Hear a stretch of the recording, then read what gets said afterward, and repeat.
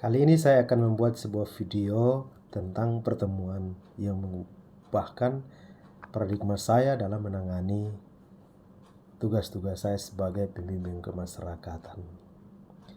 Sebelumnya saya mau disclaimer bahwa video ini dibuat bukan untuk menceritakan aib seseorang, namun tujuannya adalah sebagai edukasi bagi anak-anak maupun keluarga-keluarga.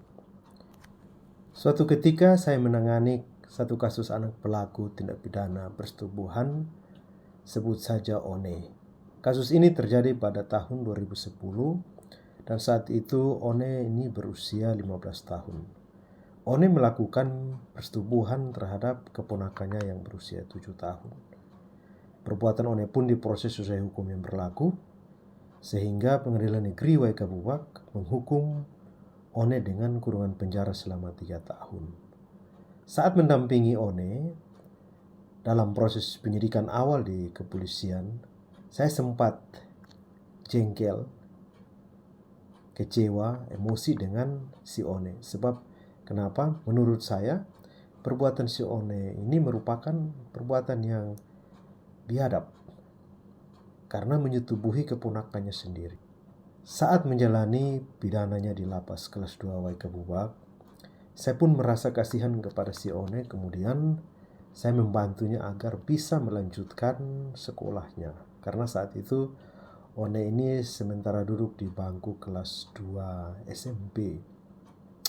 Meskipun bantuan itu tidak seberapa, setelah One selesai menjalani pidananya di lapas, ia pun keluar dan masih melanjutkan sekolahnya hingga tamat SMA.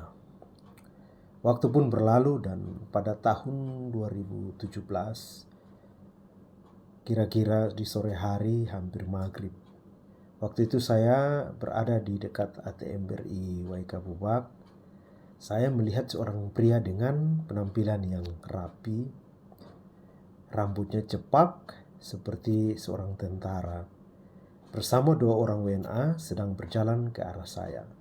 Berjarak sekitar beberapa meter, saya pun melihat senyuman dari pria tersebut dan saya pun membalasnya dengan tersenyum.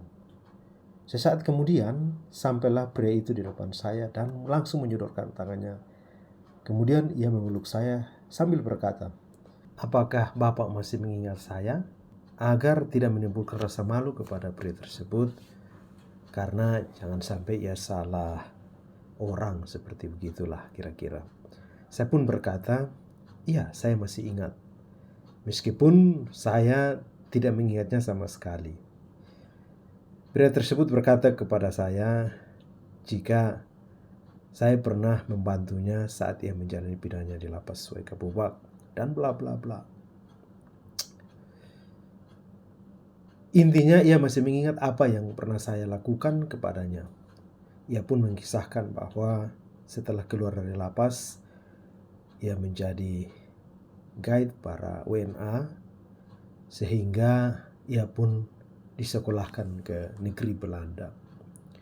Pertemuan tersebut sangatlah singkat namun bermakna bagi saya. Malam itu saya termenung cukup lama. Anak yang berstatus sebagai anak berkonflik dengan hukum atau ABH, atau juga anak pelaku tindak pidana dan telah mendapat stigma negatif, ternyata masih dapat mengubah kehidupannya. Keesokan harinya saya mencoba membuka kembali berkas kasusnya yang pernah saya tangani dan saya membaca kembali kisah si One. Ternyata One ini adalah anak yatim. One dilahirkan oleh seorang ibu yang hamil di luar pernikahan. Ibu si One meninggalkan si One kepada orang tuanya, kemudian ibunya pergi menjadi TKW di luar negeri. Si One dibesarkan dalam pola pengasuhan yang salah sejak kecilnya.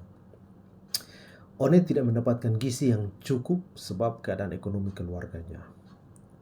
Ia bahkan tinggal berpindah-pindah dari rumah yang satu ke rumah yang lain hingga akhirnya ia melakukan tindak pidana. Si One tidak bisa memilih cara lahirnya, siapa keluarganya, diasuh seperti apa, dibesarkan bagaimana, ia tidak bisa memilihnya. Apa yang dilakukannya adalah hasil dari apa yang ia terima. Kisah pertemuan dengan si One akhirnya mengubah paradigma saya dalam menangani kasus-kasus anak selanjutnya.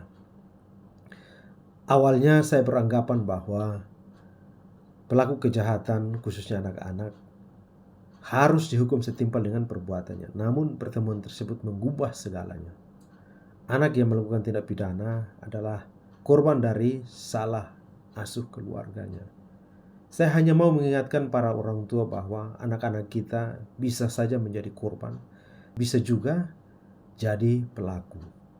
Sebelumnya semuanya itu terjadi, marilah kita saling mengingatkan, menjaga dan mengawasi anak-anak kita sehingga mereka tidak menjadi korban dari tindak pidana maupun menjadi anak yang melakukan tindak pidana.